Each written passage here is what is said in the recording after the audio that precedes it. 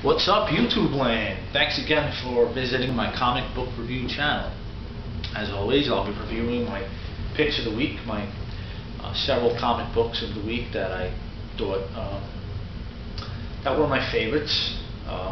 Occasionally I'll review a novel, a DVD, a Blu-ray, television episode, or anything nerd related. Today I have several books that came out this week. One book that came out last week. I didn't make a video last week because I've been really busy working.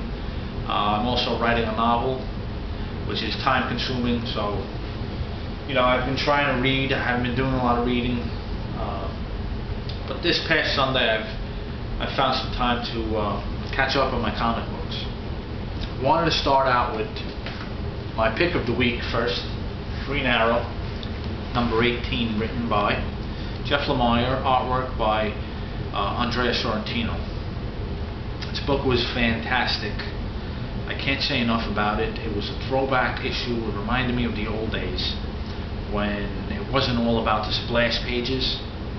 It wasn't all about the art. It wasn't all about the big panels. It's a very wordy issue. The story was just... Jeff Lemire is one of the best, hands down. He created I think DC Comics is starting to realize that Green Arrow is one of their top 5, and they're putting a lot of stock into Green Arrow now. And you can see the quality with this new creative team, the quality of writing. The story picks up where it left off last issue.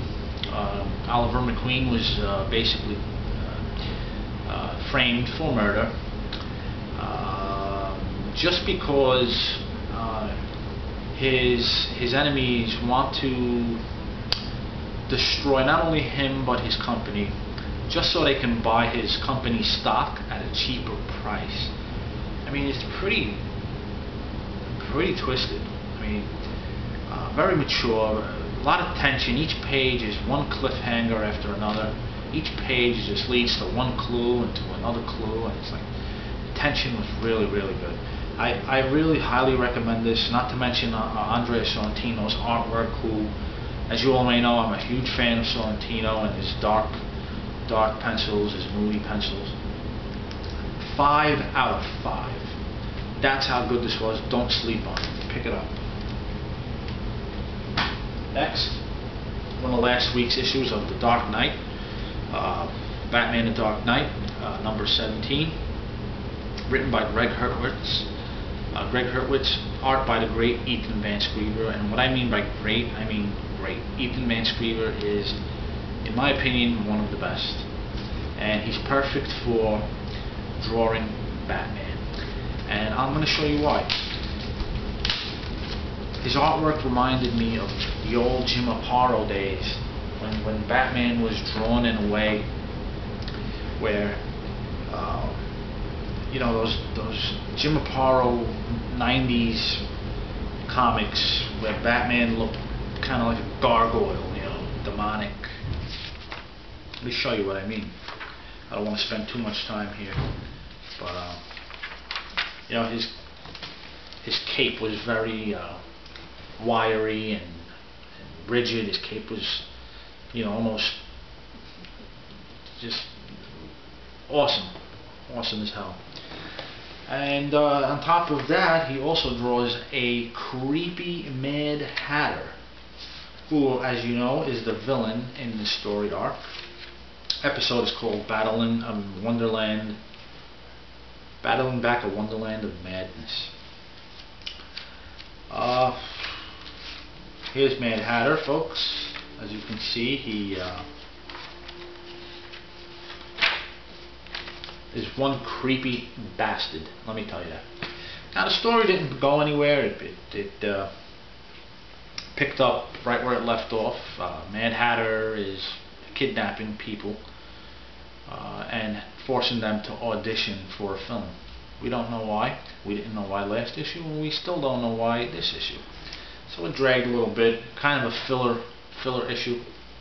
Still, 3 out of 5. Awesome artwork. Next, but not least, I'm going to spend less than 30 seconds talking about X-Men number 8 because talk about a filler issue, this hardly went anywhere. It's a very character-driven book. I love this book, but I do not like this last installment, number 8. Of course, written by Michael Bendis, art by Marquez. There's a lot of characters in the X-Men universe, I understand that, but don't spend an entire issue delving on Archangel and his, his personal emotions regarding his emotional trauma that resulted due to this time travel he's experiencing. I mean, I want to know, at least, forget the subplots and give me a little bit of the main story in an issue. I mean, it dragged as hell. I almost threw this damn issue when I read it. I was like, damn, I'm spending $8 a month on this story arc, and it's just one filler issue after another. That's one thing about Marvel that I hate. Anyways, 2 out of 5. Art is still excellent, and there was a lot of comedy in this issue involving Kitty Pryde and Iceman. I thought there was some pretty good dialogue in it. So, but far from dramatic, no tension at all.